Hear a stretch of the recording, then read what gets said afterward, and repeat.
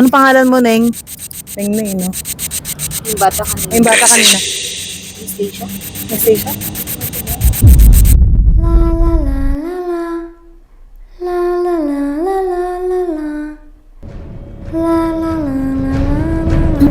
Bakas naman. Dito sis. Ayun no.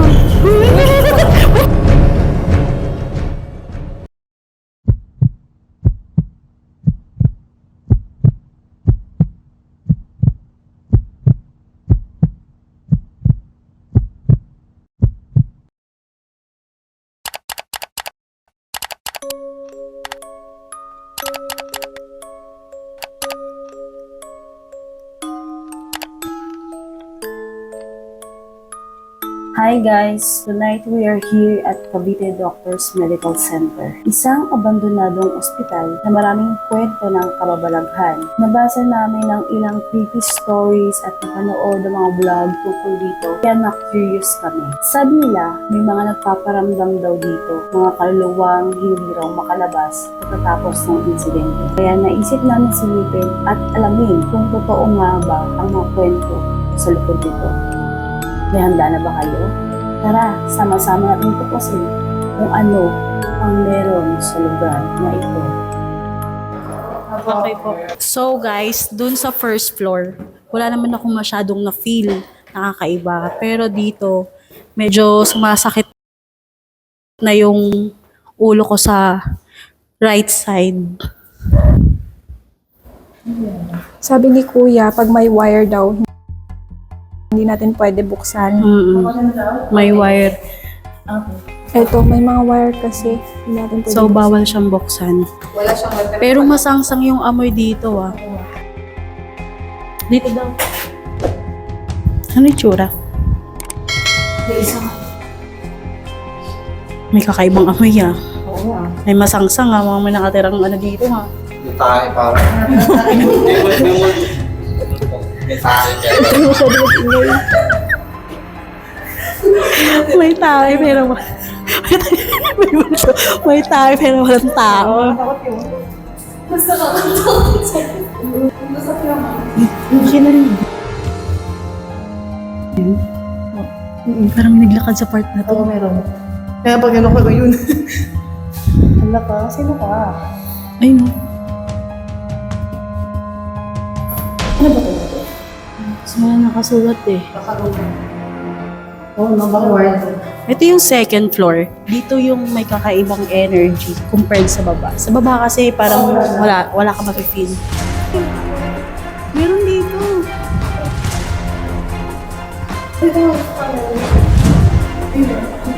Ay, bakit nakita?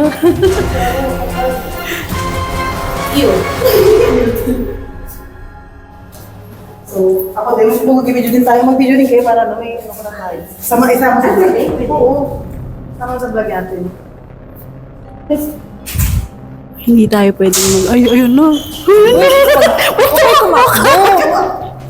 Okay, tumakbo kasi naman ano tayo, ng hawa.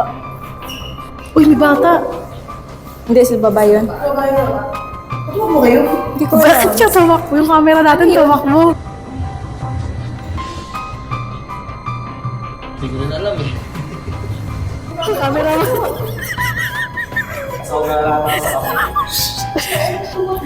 Ninervyos yung cameraman natin ha. Ano yun? Baka may napatig lang kayo ng ano? Hindi. bato. May nagbato talaga siya. Huwag kayo masyadong maingay, baka pagalitan doon.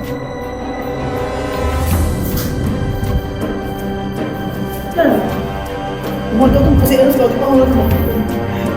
Hindi ninervyos na siya. Di ba tayo dito muna? Hindi pa tayo nakakaikot dito eh. Actually, ayun na naman. Oo. Huwag tayo tatakbo. Tatakbo, huwag tatakbo.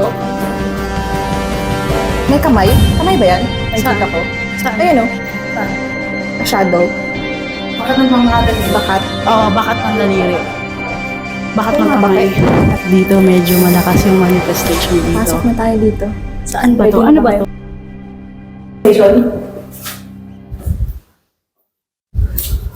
Ito bukas.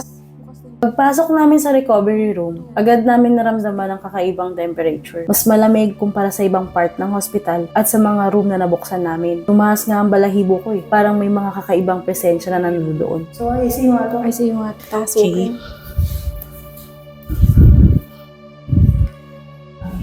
Dito na rin. Ayan. Iba yung temperature dito, guys. Malamig dito, guys. Parang Ay, nag-iwan tayo. iba yung ano ko dito. Ay, Tumaas yung... talaga ako. Grabe naman yan. Eto, ano to? Sarado? Sarado? Sarado. Nagrambiyan ka. Eto. Nabuksan ba to? Asa? Nakita ako eh. Oo, napababa na. Dumaan sa pagtapat ng flashlight. Saan ba tayo Dito sa pumasok? part ng video na to, bigla naman akong nakaramdam ng pabibigat ng ulo. Pakiramdam ko parang bigla akong nahilo o kaya parang na-high blood kahit wala naman talaga akong high blood. Normally, ganito mag-react ang katawan ko kapag meron akong nararamdaman na kakaibang energy or may heavy energy akong nararamdaman sa paligid. Ang lansa dito. Malansa. Gusto niyo check ang door? Alin, Check ng alam nyo ba na isa sa mga sign kapag malansa yung isang lugar? Isa yun sa sign na may spirit dito na nananatili.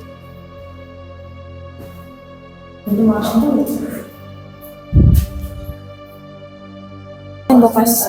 Ayan Bukas yung operating room natin, guys. Ano okay naman dito? Ang dami na din pumasok dito. Ang daming mga ano yun. Paa. Footprints. Shoe prints pala. Ito yung pinakamarami? Dito.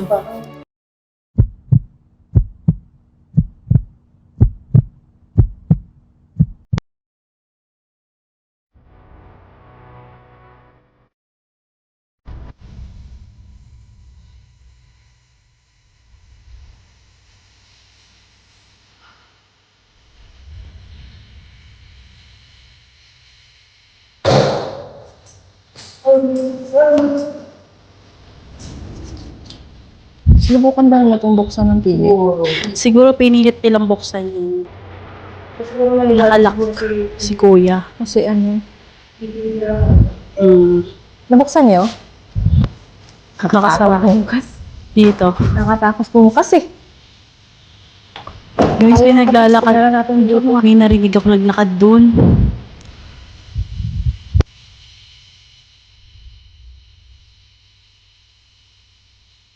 Narinig ako naglakad dun. Dito. Oo, papunta dun. Oh. Bukas yun lang. Pero di ko mabuksan. Yan, 53. Nakalak siya, sis. Nakalak. Hindi yung lock sa loob. Ito daw. Pinilit talaga ng buksan eh.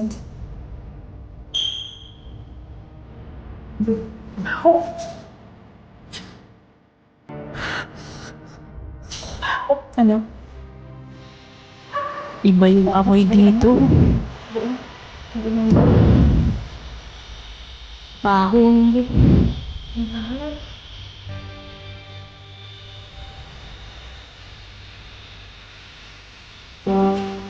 Tada! Nanap yung sila yung sasabi mo.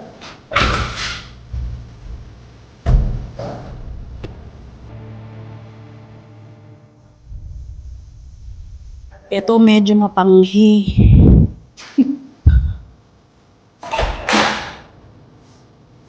Hindi rin yung sila yung sasabi. No. Pero may narinig ako naglakad papunta doon sa kaliwa. Ito. Sis. Pinilit talaga nila itong buksan yun, no? Ha? Pinilit talaga nila itong buksan. Ang daming fingerprint, footprints.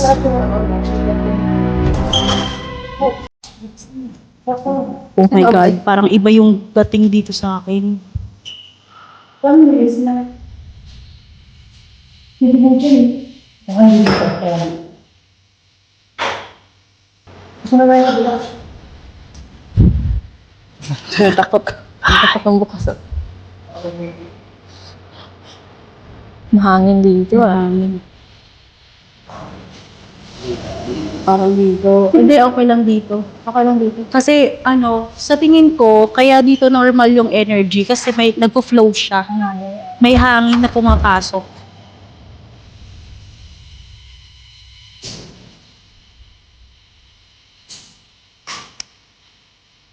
Tamad na ba tayong magbukas? Go. Maluwag dito. Mahangin dito, malamig.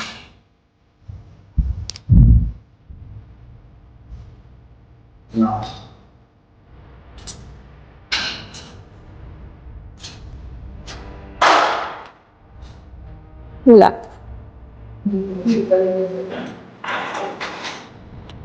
Para sa kainin mo? Oo. Pero sinabi niya kasi parang nag-i-invite lang. Oo.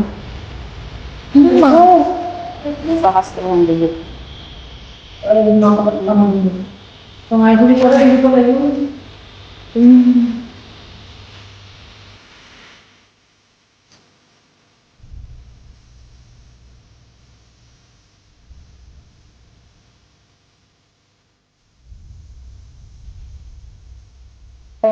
So dito sa third floor na tayo, no. So nafe-feel ko dito, hindi siya kasing lakas ng sa Fort Santiago. So feeling ko more on memories na lang yung mga nagma-manifest dito. Kung hindi siya ganoon kalakas eh. Pero meron siya, yun nga lang, tingin ko na lang, memories or imprint na lang na nangyari na pangyayari dito noon. Dito tayo. Kasi hindi ko naramdaman sa dito yung naramdaman ko sa Fort Santiago eh. Sa fairness. Oo. Okay. Normal nga na sa atin na lang yan. Oo.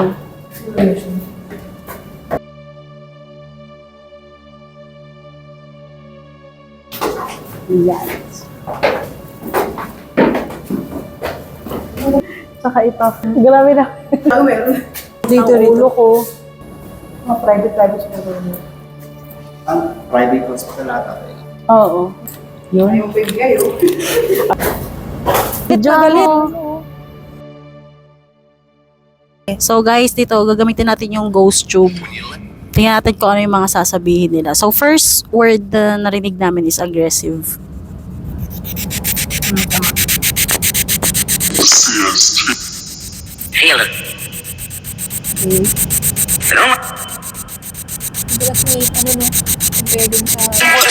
Marami dito. Nag-uunahan sila eh. Nag-uunahan sila oh. Yun nga din ang ano ko. Credit? Wala bang tanong?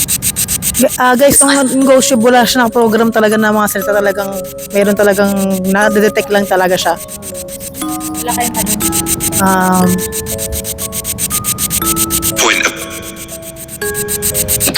Ano tanong si Batang gusto kong tanongin eh. Ano pangalan mo? Yung bata na nandito kanina, na nakangisi sa amin kanina. Ano pangalan mo? Pwede malaman pangalan mo? October. October? Hindi. Ano pangalan mo, Neng? Neng. Yung bata. Yung bata kanina. Message.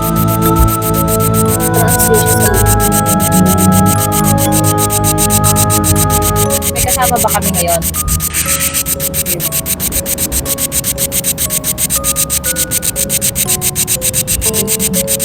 May kasama ba kami ngayon?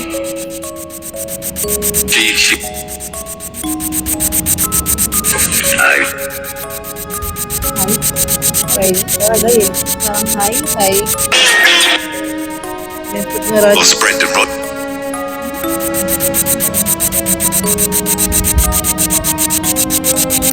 May gusto ba kayo sabihin sa amin? Message? Lee. Ding? Ding ba yun? The football. Ding? Ding? Gusto mo paglaro ng bata? Oo, yun nga sabi sa aggressive pero kanina. Ayun. Simple thing. Simple things. She's impossible. Impossible? And what we're doing. She's impossible. Baka ngayon ba tayo? Baka ngayon ba tayo? Aggressive siya kanila po. Di ba Pilipino yung nakatira dito? What? Pilipino. Electron. Di ka marunong magtagalog. Fear this thing. Try muna natin yung yung parang stick. So dito naman hindi ganun kalakas yung manifestations ng mga spirits Talagang or bata. ng ano. Dito na sa may tabi ng camera. Uy, may nasa likod niyo. Nasa likod niyo. Tingnan mo sis. Papunta dito. Oh. Wala nga naman lapit ka kanina pa. Bata yan, yung bata. Change pa ng ano. Ng location. Oo. Bata yun, kanina pa siya. Andito siya kanina eh. Bago pumunta dito eh. Tingin. Siya sa taas. Mayroon po sa taas. Nakikita mo sis. Mm. Meron siya doon sa taas.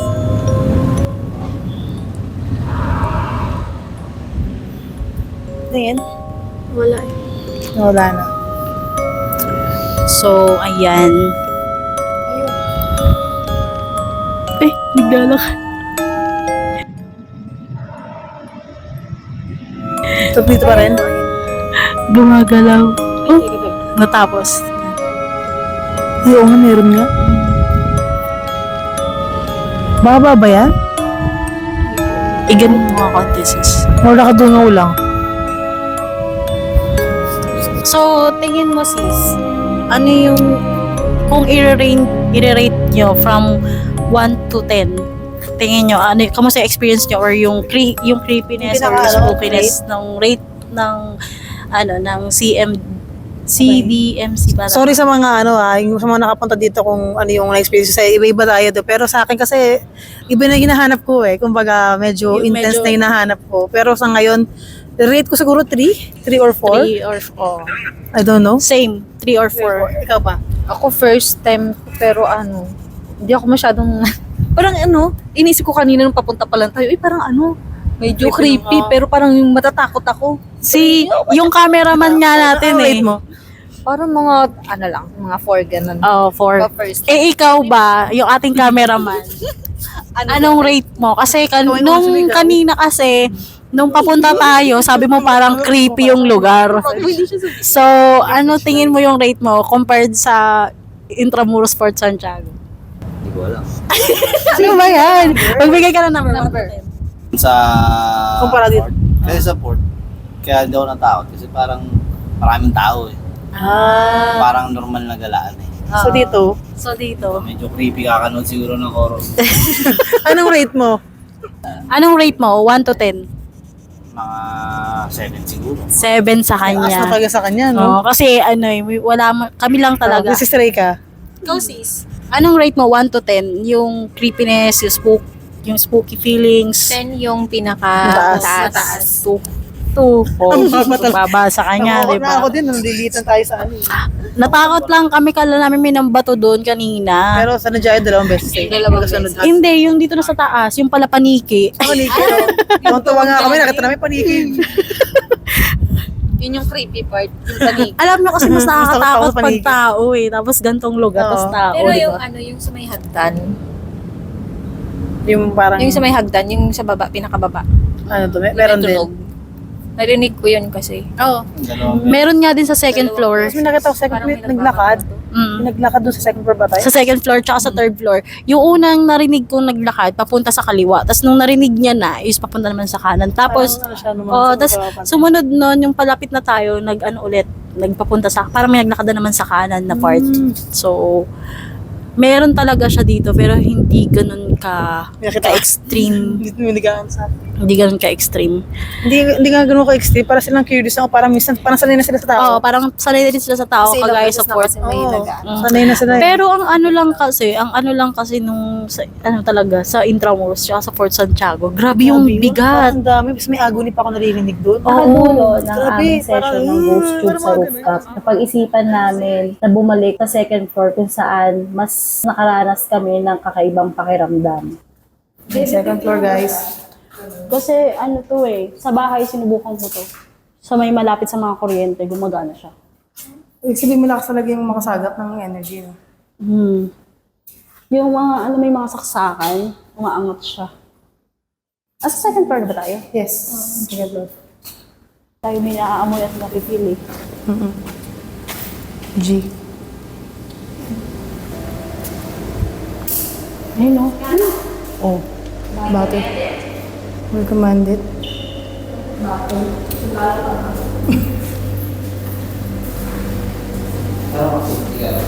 Yan, ganun din. Ano ito? Ay, ang Chowky. Yan yung totoong multo. Yung itong multo nakakatakot yan. Sis, ang baho.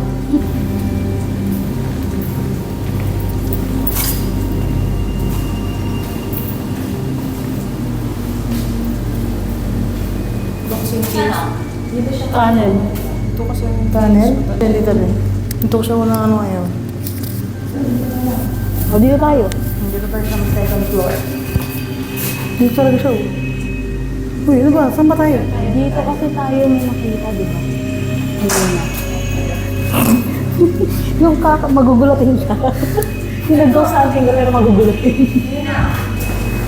Nang bumalik kami sa second floor para muli mag-imbestiga, sa isang parte ng kwarto, biglang nag-warning ang EMF device dahil bigla itong may nasagap na energy. Pero napakabilis nitong nawala, kaya hindi ito nakuhanan ng aming camera. Knowing na ang kabuuan ng lugar na ito ay walang electricity at ganun din ang sinabi sa amin ng caretaker na walang gumaganang electricity sa buong building. Ay, meron dito sis. Meron nga, kaya natulog. Ayun o. Video mo to. Ay, nawala. Masang balahibo ko dito. Meron. Ay, tayo, sayang nila videohan. Tumaas siya. Nawala.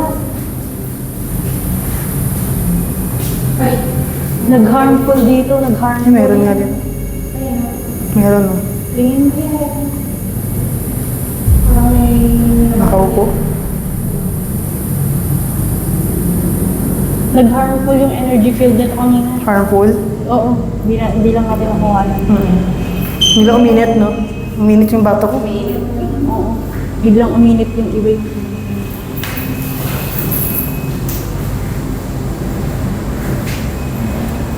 Ang likot ng ano, ang housing.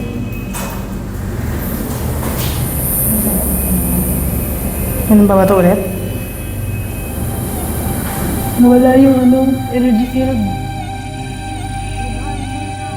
Kasabay na nangyari, napansin namin ang ilang glitches at flickers sa aming recording. Kung mapapansin nyo, makailang ulit na nagkaroon ng glitches dito na para bang may gustong manggulo sa aming footage. Hindi namin may paliwanag kung ano ang dahilan nito, pero ang tanong, energy lang ba talaga to o may presensya na gustong iparamdam ang sarili niya? Knowing na wala ng kuryenteng dumadaloy sa lugar na to, nag-harmful yung EMF natin.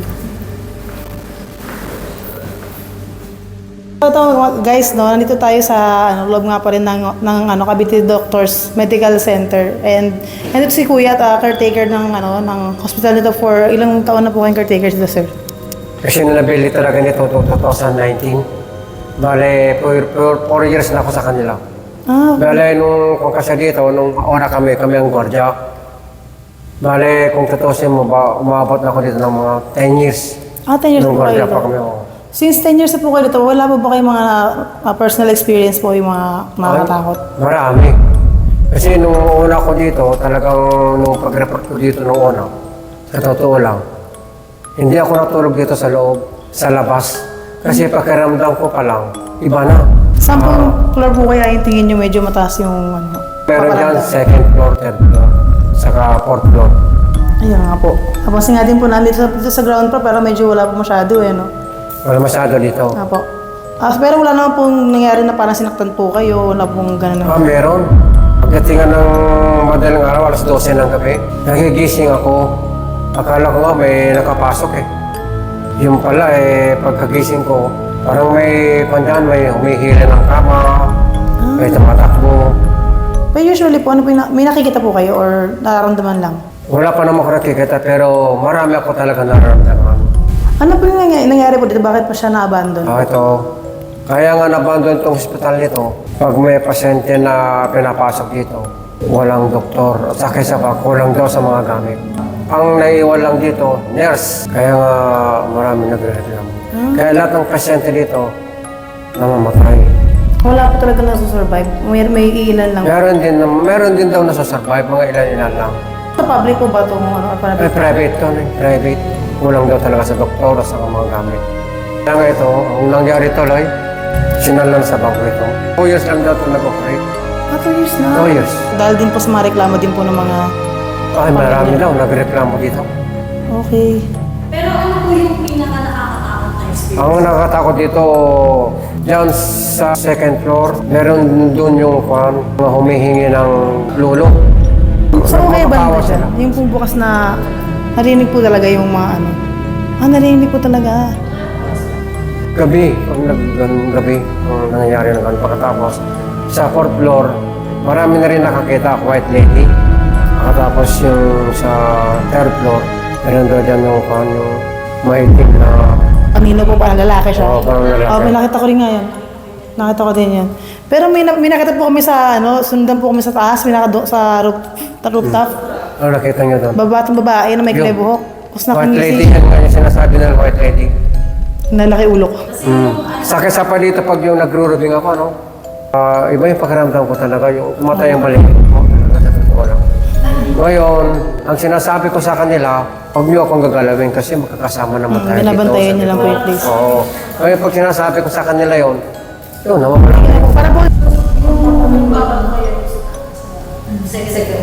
Ano sis? may nagbabato po hindi naman po alam kung galing talaga sa... Sa may second floor talaga, meron talaga dyan. Sa may operating room, meron talaga dyan. May operating room. Para sa dami-dami na rin dito na mga kasama niya nagpupunta rito. May nararamdaman talaga sila dyan. Second floor, third floor. Dalawang beses. Di ba dito? Ay, second floor pala yun, no? Oo. Akala ko dito. Iisip na, ibang tao sa labas. Kasi lumakas na ako kanina nung tinitingnan ko ako sa taas eh. Walang ano. Kaya nga, tapos ang bato kasi nasa loob, hindi sa labas. 2 beses nga yun eh. Iba yun, di ba na yung kanda yun eh. Wala talagang nagbabato doon. Iba na yun. Parang hindi tayo welcome to Iba na. yun.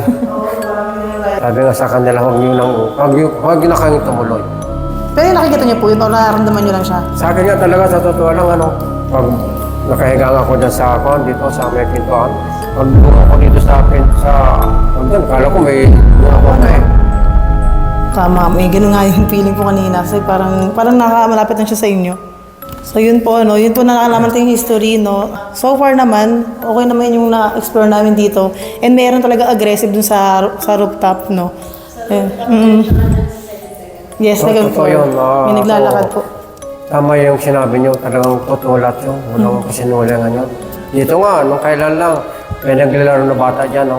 Ayun. Sa labas, may makbay na sa kanya eh. Bata yun, no? May makbay na sa kanya. Kaya mula nung naglalaro na sila yun, tako na sila maglaro dito. Ito yun, yung bata na yun, no? Naramdaman daw niya yun eh, yung makbay sa kanya eh. Saka po dito sa ICU po, medyo malakas din po talaga. Yun, malakas yan, sa totoo lang. ICU. ICU po.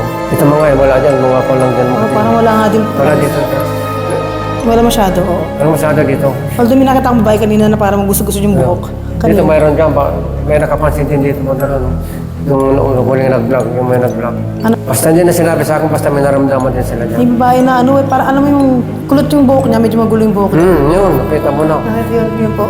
Medyo may anger issues ata yun. Nakasimangot sa akin. Yung isa, yung iba nga, yung sa may nursery, yung Yung isa. nursery, may bata po doon nakita. Maliit, nakadungaw po sa amin. Oo. Yun po yung nakita ko din talaga. Yung kanang nurse, yung may mesa doon. Ay, oo. Oo nga. Pwede sa second floor ata yun, o third floor yata. Hindi ko alam kung may dulo po ng kwarto. Meron po doong unyadoro na parang may blood stain. Sabi sa last vlog, parang may nagdikti daw. Hindi ko lang alam kasi yung mga nag-vlog dito, yan ang nakita nila. Yung dito yung hypnotize, yung parang nasa piyak. Meron? Saan po floor po kayo? Hindi ko lang alam kung saan floor, basta sa akin lang, nabalitaan ko lang yun. Anyway guys, ito po yung experience namin for tonight. And kasama po namin si Sir Peter and konting background history sa building na to and kung ano yung mga nangyayari. Hello everyone! So, hello mga kamistics! Ito na, tatapos na kami sa loob at umuulan na. So, kasama ko ngayon si Sis Jassy, Gina, at saka si Miss Bianca. Si Miss Bianca. Tonight guys, magbibigay lang kami ng konting slight review sa inyo na at papatak to talagang ulan. So, ngayon for me, no, honest review lang. Meron namang mga nararamdaman pero hindi talaga siya yung parang tipong nakakatakot like intro cruise. So, siguro i-rate ko siya from 1 to 10, mga around 2 to 3. Pero next time, plan namin na bumalik dito in the future para mag-create ng paranormal activity or dito, documentary sa taas. So, ayan, here is Jassy. So sa akin, ang final review ko dito is 3 to 4. Ako naman, 3 to 4 din yung rate ko, pero ang pinaka-high rate din yung nakita namin ni Bianca kanina na yung bata na kangisay na parang gusto makapagdaro sa amin. Ikaw naman, Bianca. Ako, as a first timer, 3 to 4, hindi ako masyadong ganun na kinabahan. In-expect ko talaga kasi first time ko yung matatakot sana ako. Kaso meron naman siya, nakikita, kasi hindi siya ganun nakakatakot. Mga nagpapakit lang, ganun. Tapos na po tayo ngayon, guys. Cavite Doctors Medical Center, isang ospital na minsang naging kanlungan ng buhay. Ngunit ngayon ay tila naging tahanan ng mga kwentong hindi maipaliwanag. Sa loob ng 22 years na ito'y inabandona, naiwan ng mga alaala ng mga pasyente at staff na minsang namalagi at naglakad sa mga pasilyong ito. May mga nagsasabi na ang pagbagsak ng ospital ay dulot ng bankruptcy, isang trahedyang nagdulot ng pagkalugmok sa lugar na ito at napabalitang maraming pasyente ang namatay. Ngunit higit pa sa kwento ng negosyo, ito ang lugar kung saan maraming buhay ang nawala, mga pasyenteng hindi na nakauwi, mga kwentong hindi natapos. Sa aming karanasan, hindi namin maitatanggi ang bigat ng presensya sa bawat sulok nito.